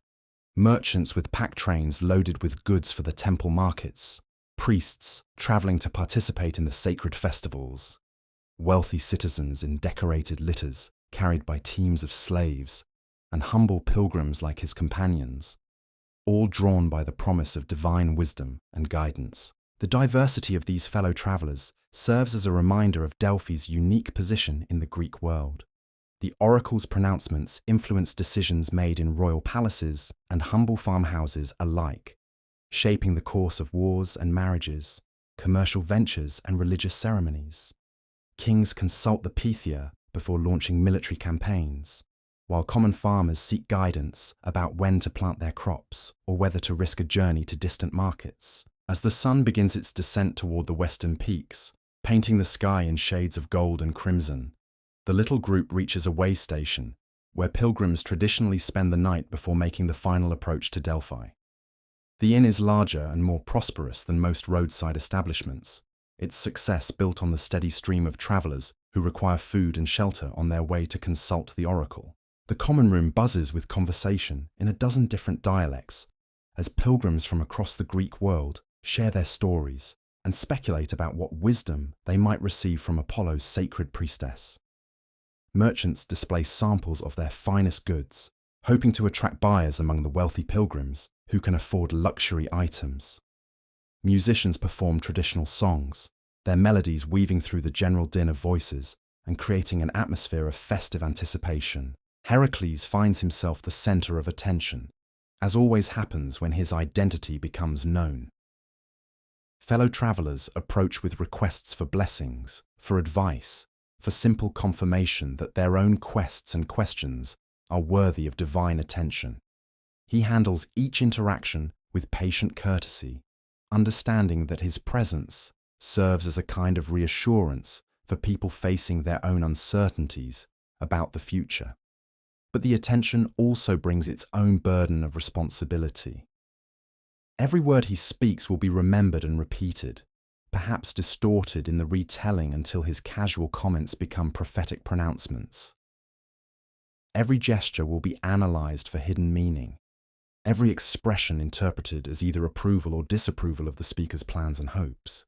The evening meal is substantial and well prepared, featuring fresh bread, roasted meat, and vegetables, seasoned with herbs that grow wild on the mountain slopes.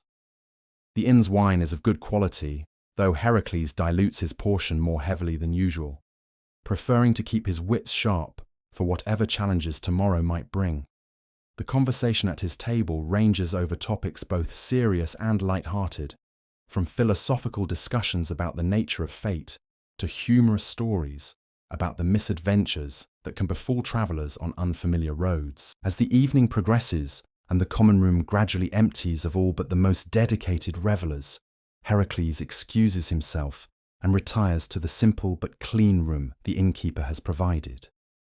The chamber is modest, containing little more than a bed, a washstand, and a small table with an oil lamp, but it offers the privacy he needs to prepare mentally for tomorrow's encounter with the oracle.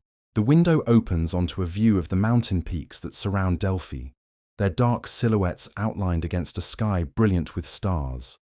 Somewhere beyond those ridges lies the sacred precinct where the Pythia sits above her mysterious chasm, breathing vapors that carry divine inspiration and speaking words that shape the destinies of nations and individuals alike. Tomorrow, he will stand before her and learn what task the gods have chosen for him next.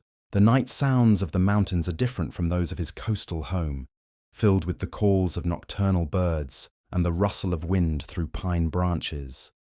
Somewhere in the distance, a wolf howls, the sound echoing off the stone cliffs and reminding him that this is still wild country, despite the well-travelled roads and comfortable inns. It's a fitting soundtrack for the eve of another adventure, another test of the strength and wisdom he's spent a lifetime developing. His evening prayers are longer and more detailed than usual, acknowledging not just his gratitude for the day's safe travel, but his awareness of the significance of tomorrow's encounter. He asks Zeus for wisdom to understand whatever cryptic message the oracle delivers, and for strength to carry out whatever task may be required of him. He speaks his mother's name with particular tenderness, knowing that she would be proud to see him still striving to use his gifts in service of others. Sleep comes slowly, his mind too active with speculation about what tomorrow might bring. But eventually, the combination of physical fatigue from the day's long walk and the soothing rhythm of wind in the pine trees carries him into dreams filled with sacred smoke and mysterious voices, with mountain paths that wind ever upward toward destinations that remain tantalizingly out of sight. The hero sleeps, and the mountains keep their ancient watch over travelers who seek wisdom from sources older than memory itself. The sacred precinct of Delphi reveals itself gradually as the morning mist lifts from the mountain slopes, like a secret being whispered to the worthy few who have made the pilgrimage to this most holy of places. Hercules stands at the final bend in the ancient road, his massive frame silhouetted against the pearl-grey dawn sky, and feels the familiar stirring in his chest that always accompanies moments of genuine significance. Below him, carved into the living rock of Mount Parnassus, lies the sanctuary that has drawn seekers of wisdom for more centuries than any mortal can count. The site never fails to inspire awe, even in someone who has walked among gods and wrestled with forces that defy mortal understanding. The Temple of Apollo rises from the mountainside like something grown rather than built, its marble columns catching the first rays of sunlight and transforming them into pillars of liquid gold. Around it, smaller shrines and treasuries cluster like children gathering around a beloved elder, each one a testament to the devotion of some distant city-state or grateful petitioner whose prayers were answered by the god's wisdom. But it's not the architectural grandeur that makes Hercules pause in his descent toward the sacred precincts. It's the quality of the silence that hangs over the place, a hush so profound it seems to muffle even the sound of his own breathing. This is not the empty quiet of abandoned places, but the pregnant stillness that comes when the very air holds its breath in anticipation of divine revelation. Even the mountain winds seem to whisper more softly here, as if reluctant to disturb whatever mysteries lie hidden in the sacred cavern beneath Apollo's temple. The path down to the sanctuary winds between ancient olive trees whose gnarled trunks speak of centuries spent witnessing the hopes and fears of countless pilgrims. Their silver-green leaves rustle with a sound like distant voices, and more than one traveller has claimed to hear prophecies in their whispered conversations. Whether such claims are true or merely the product of overwrought imaginations, Heracles cannot say, but he finds himself listening carefully to their susurrus as he makes his way toward the temple complex. Other pilgrims are already stirring in the various hostels and camping areas that surround the sacred precinct, preparing for what many hope will be the most important day of their lives. Some have travelled for weeks to reach this place, carrying questions that have tormented them through sleepless nights and anxious days. Others have come not with specific inquiries, but with a more general need for guidance, for some sense that their lives have meaning and direction in a world that often seems governed by chaos and chance. The hero recognizes the particular mixture of hope and dread that marks those about to consult the oracle. He's felt it himself on previous visits to Delphi, that combination of desperate need for answers and fear of what those answers might reveal. The Pythia's prophecies are famous for their accuracy, but they're equally notorious for their ambiguity and their tendency to reveal truths that the questioner would prefer not to know.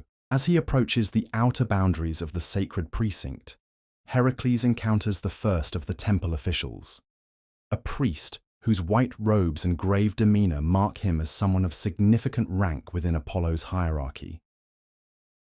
The man's face brightens with recognition, and he hurries forward with the particular mixture of deference and excitement that Heracles has learned to expect from religious authorities who find themselves in the presence of someone whose deeds have become the stuff of legend. "Great Heracles," the priest calls out, his voice carrying the trained resonance of someone accustomed to addressing large gatherings. "We have been expecting you ever since the Pythia spoke your name 3 days ago. The sacred vapours have been unusually active, and there are signs that suggest Apollo himself wishes to communicate directly with you." The words carry implications that make the hero's pulse quicken slightly. Direct communication with a god is never a casual matter, and when that god is Apollo, master of prophecy and divine retribution, the encounter is likely to prove both illuminating and challenging. But there's no point in speculation about what might come. The only way to learn the truth is to present himself before the oracle and accept whatever message the god chooses to deliver. The priest leads him through the outer courtyard of the temple complex, past the treasuries where various Greek cities have deposited their most precious offerings in hopes of securing divine favour. The morning light reveals inscriptions in a dozen different dialects, bronze plaques and marble tablets recording victories attributed to Apollo's intervention, successful harvests blessed by his approval, and prophecies that proved accurate despite their initially cryptic nature. The atmosphere grows progressively more charged as they move deeper into the sacred precincts.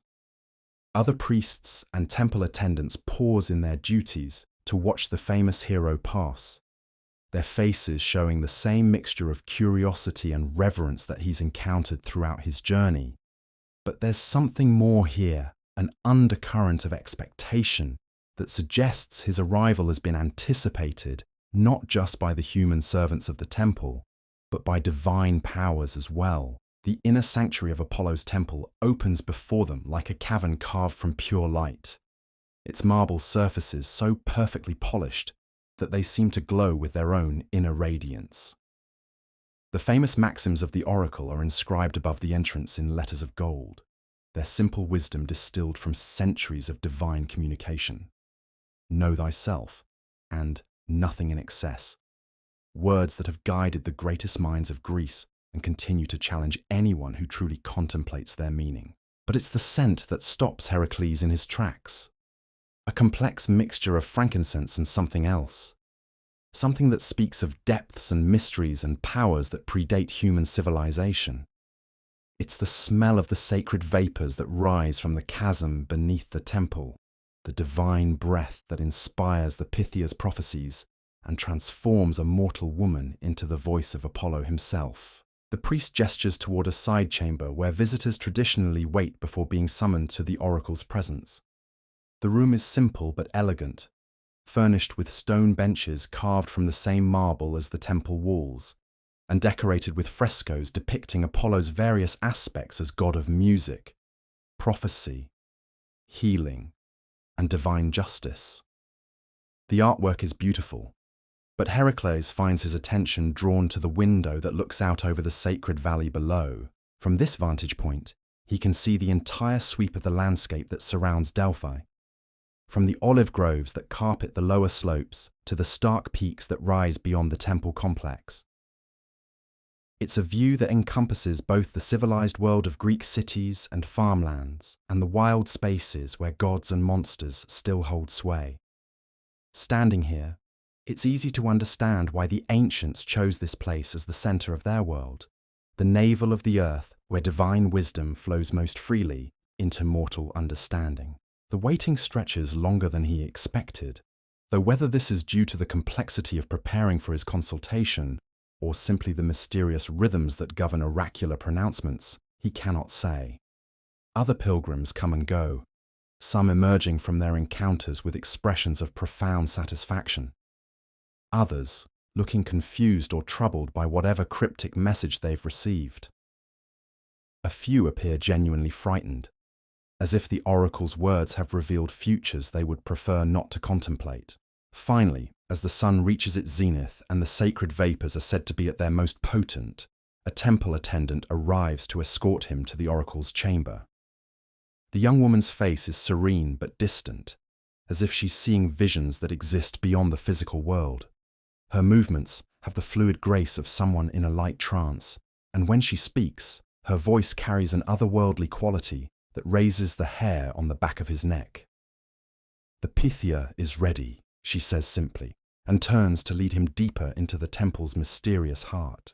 The oracle's chamber lies at the very center of the temple complex, built directly above the sacred chasm from which the divine vapors rise. The room is circular, its domed ceiling decorated with stars that seem to pulse with their own light in the incense-heavy air. At the chamber's heart sits the famous tripod, a bronze seat positioned directly over the crack in the earth that serves as Apollo's primary channel of communication with the mortal world. And upon that tripod, wreathed in the sweet-smelling smoke that rises from the depths below, sits the Pythia herself. The oracle is not what most visitors expect. She's neither young nor old, neither beautiful nor plain, but somehow beyond such mundane categories. Her face carries the timeless quality of someone who has gazed into the fundamental patterns that underlie reality, and her eyes hold depths that seem to reflect not just the present moment, but all the possible futures that branch out from it, like the limbs of an infinite tree. When she speaks, her voice carries harmonics that resonate not just in the air, but in the very stones of the temple, as if the earth itself is participating in the delivery of Apollo's message. The words come slowly, with long pauses between phrases, each syllable weighted with significance that extends far beyond its literal meaning. Hercules, son of Zeus, slayer of monsters, bearer of burdens, she begins, and even these simple words of identification carry an weight that makes the hero feel as if he's being measured against cosmic scales.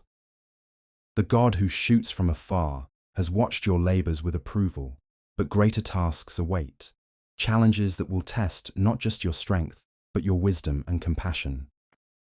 The vapors swirl more thickly around the tripod, and the Pythia's eyes grow distant, as if she's seeing events that exist in times and places far removed from this sacred chamber. When she continues, her voice takes on the rhythmic cadence that marks true prophetic utterance, words that flow directly from divine inspiration rather than mortal thought. In the land where the sun sets last, where the pillars of the world stand guard against the endless sea, a garden grows that should not be. Its fruit brings not life, but forgetting, not joy, but endless sleep. The daughters of night tend it with songs that steal memory, and those who taste its plenty lose themselves forever. She pauses, and in that silence, Hercules feels the weight of destiny settling upon his shoulders like a familiar cloak. He's heard enough oracular pronouncements to recognize the signs of a major labor ahead, another impossible task that will require everything he's learned about strength, cunning, and the proper relationship between mortal will and divine purpose. Westward you must journey, the Pythia continues, her voice growing stronger as the divine inspiration flows more freely through her mortal form. Beyond the pillars that mark the world's end, to the garden where Atlas holds the sky and his daughters sing the sun to sleep. The golden fruit that grows there is not for mortal hands, yet mortal hands must gather it. 3 apples of the Hesperides, freely given by those who guard them, brought back to prove that even paradise yields to righteousness. The implications of these words settle into his consciousness slowly, like stones sinking through deep water. The garden of the Hesperides lies at the very edge of the world, guarded by nymphs whose beauty is matched only by their power, and tended by a dragon whose vigilance never sleeps. The golden apples that grow there are said to grant immortality to those who eat them, but they're also cursed to bring madness and despair to any who steal them through force or deception. More challenging still is the requirement that the fruit be freely given. Heracles has learned through hard experience that the most difficult labors are often those that cannot be completed through strength alone, that require diplomacy, patience, and the kind of wisdom that comes only from understanding the deeper patterns that govern divine justice. The path will test you in ways that stone and bronze cannot, the oracle adds, her voice growing softer as the divine inspiration begins to ebb. What you have built through struggle may be challenged by serenity. What you have learned through pain may be questioned by pleasure. The greatest gardens grow the most dangerous fruits, and the most beautiful guardians protect the most precious treasures. The vapors begin to thin, and the Pythia's eyes gradually refocus on the present moment, the divine trance slowly giving way to ordinary human consciousness. But before the connection is completely severed, she speaks one final time, her words carrying the particular weight that marks the most important elements of any prophecy. Remember, hero, that the strength of the earth comes not from hardness, but from yielding, not from resistance, but from acceptance. What cannot be taken by force may be granted to humility, and what cannot be won by violence may be earned by understanding. The garden waits, but it will not be conquered. It must be entered as a guest, not as an invader. With these words, the formal consultation ends, leaving Heracles alone with the magnitude of the task that has been set before him. The garden of the Hesperides, the golden apples, the journey to the very edge of the world. It's a labor that will require not just physical courage, but a fundamental shift in how he approaches seemingly impossible challenges. As he emerges from the oracle's chamber, the priest who escorted him earlier waits with the patient attention of someone accustomed to pilgrims who need time to process what they've heard. The hero's expression must reveal something of his thoughts, because the older man nods with understanding before speaking. The god's messages are rarely simple, he observes quietly, but they are always exactly what the recipient needs to hear, even when that need is not immediately apparent. The path Apollo sets before you will be difficult, but it will also be the path that leads to your greatest growth. Hercules nods, accepting both the truth of these words and the challenge they represent. The afternoon sun slants through the temple windows, reminding him that the day is advancing and that preparation for this new labor cannot be postponed indefinitely. But first, there are offerings to be made, gratitude to be expressed, and practical matters to be addressed before he can begin the longest journey of his heroic career. The sacred precinct of Delphi bustles with its usual activity as he makes his way back toward the outer courtyards, but everything seems subtly different now, viewed through the lens of his new understanding. The other pilgrims appear not just as individuals seeking guidance, but as fellow travelers on the great journey of mortal existence, each carrying their own burdens and pursuing their own form of wisdom. His own burden has grown heavier with the oracle's words, but it's also become clearer, more defined. The Garden of the Hesperides awaits, somewhere beyond the western horizon, where the sun dies each evening and is reborn each dawn. The golden apples hang heavy on their immortal tree, guarded by beings whose beauty and power make them among the most formidable opponents he's ever been asked to face. But perhaps that's exactly the point. Perhaps the greatest labors are not those that test what a hero already knows about himself, but those that reveal aspects of his character that have never been properly examined. The journey ahead will certainly test his strength and endurance, but more importantly, it will challenge his assumptions about how problems should be solved and victories achieved. As the sun begins its descent toward the western peaks, painting the marble temples in shades of gold and crimson, Hercules makes his final preparations for departure.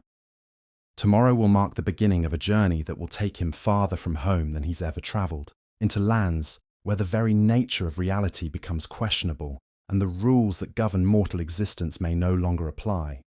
But tonight, he's still just a man standing in a sacred place, surrounded by the accumulated wisdom of centuries and facing the eternal question that confronts every hero. Not whether he has the strength to succeed, but whether he has the wisdom to understand what success truly means. The oracle has spoken, the path is clear, and the garden waits. All that remains is the first step westward, toward the setting sun, and whatever mysteries lie beyond the edge of the world. The hero sleeps that final night in Delphi with dreams full of golden light and distant shores, his mind already reaching toward horizons he has never seen. When morning comes, it finds him changed in subtle ways, as if the oracle's words have worked some transformation during the dark hours, preparing him for challenges that will require not just the strength of his body, but the depths of his spirit. The departure from the sacred precinct carries a different weight than his previous journeys. This time, he's not simply traveling to solve a problem or complete a task that others have defined. Instead, he's embarking on a quest that will take him beyond the boundaries of the known world, into realms where even the gods tread carefully, and the very nature of reality becomes fluid and uncertain. The road westward from Delphi winds through increasingly wild terrain, past ancient groves where dryads are said to dance in the moonlight, and springs where nymphs gather to sing the old songs that predate human memory. Each step carries him farther from the comfortable certainties of civilization and closer to the liminal spaces where myth and reality blur together like watercolors in the rain. As the familiar landmarks of Greece fade behind him, Hercules finds himself entering a state of mind he's rarely experienced during his previous labors. There's a quality of surrender in this journey, an acceptance that the old methods of direct confrontation and overwhelming force may not serve him in the trials ahead. The oracle's final words echo in his memory like a half-remembered melody. reminding him that some victories can only be achieved through yielding, some treasures earned only through understanding. The days blur into one another as he travels through landscapes that grow progressively more strange and wonderful. Mountains that seem to touch the sky give way to valleys filled with flowers that bloom in impossible colours, their fragrances carrying hints of dreams and forgotten sorrows. Rivers run backward here, flowing from the sea toward their mountain sources, and the very air shimmers with possibilities that make his hero's instincts sing with anticipation and caution in equal measure. Other travellers become rarer as he moves deeper into these borderlands, and those he does encounter carry the particular quality of beings who exist partially outside normal time and space.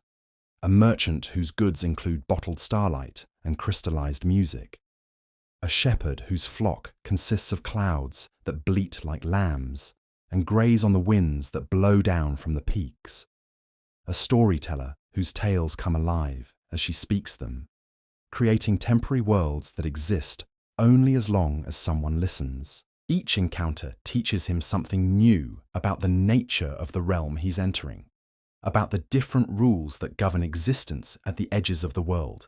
Here, intention matters more than action, understanding more than strength, and the greatest power often flows to those who know when not to use the abilities they possess. The final approach to the Garden of the Hesperides comes not with fanfare, but with a gradual recognition that he has arrived at something beyond ordinary geography.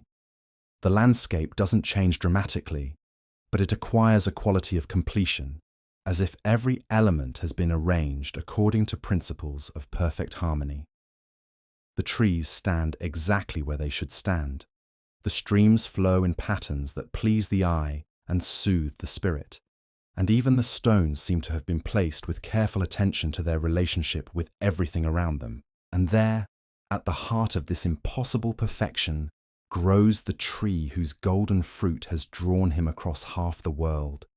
It rises from the earth like a pillar of living light, its branches heavy with apples that seem to capture and hold the essence of sunset itself.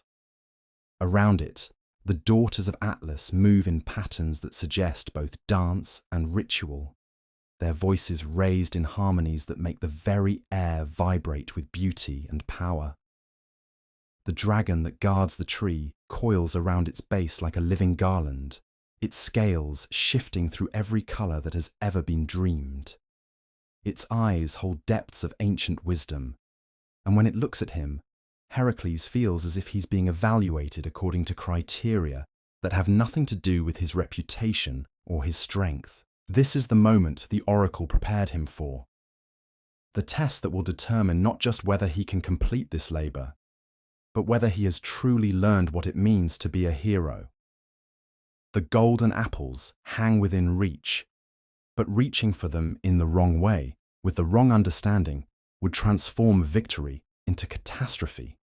Taking a breath that seems to draw in not just air, but possibility itself, Hercules steps forward into the garden where the daughters of night tend fruit that should not be, ready to discover whether the greatest strength sometimes lies in knowing when to be gentle, whether the truest wisdom comes from understanding when to ask rather than demand. The garden waits, timeless and patient, ready to reveal its secrets to one who has finally learned that some treasures cannot be taken, only received.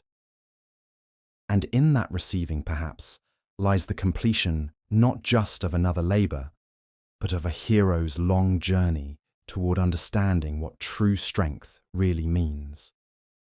The golden light grows warmer as he approaches, and somewhere in the distance, the sun continues its eternal journey toward the edge of the world, carrying with it the promise of another dawn, another day, another chance to grow into the fullness of what it means to be both mortal and divine.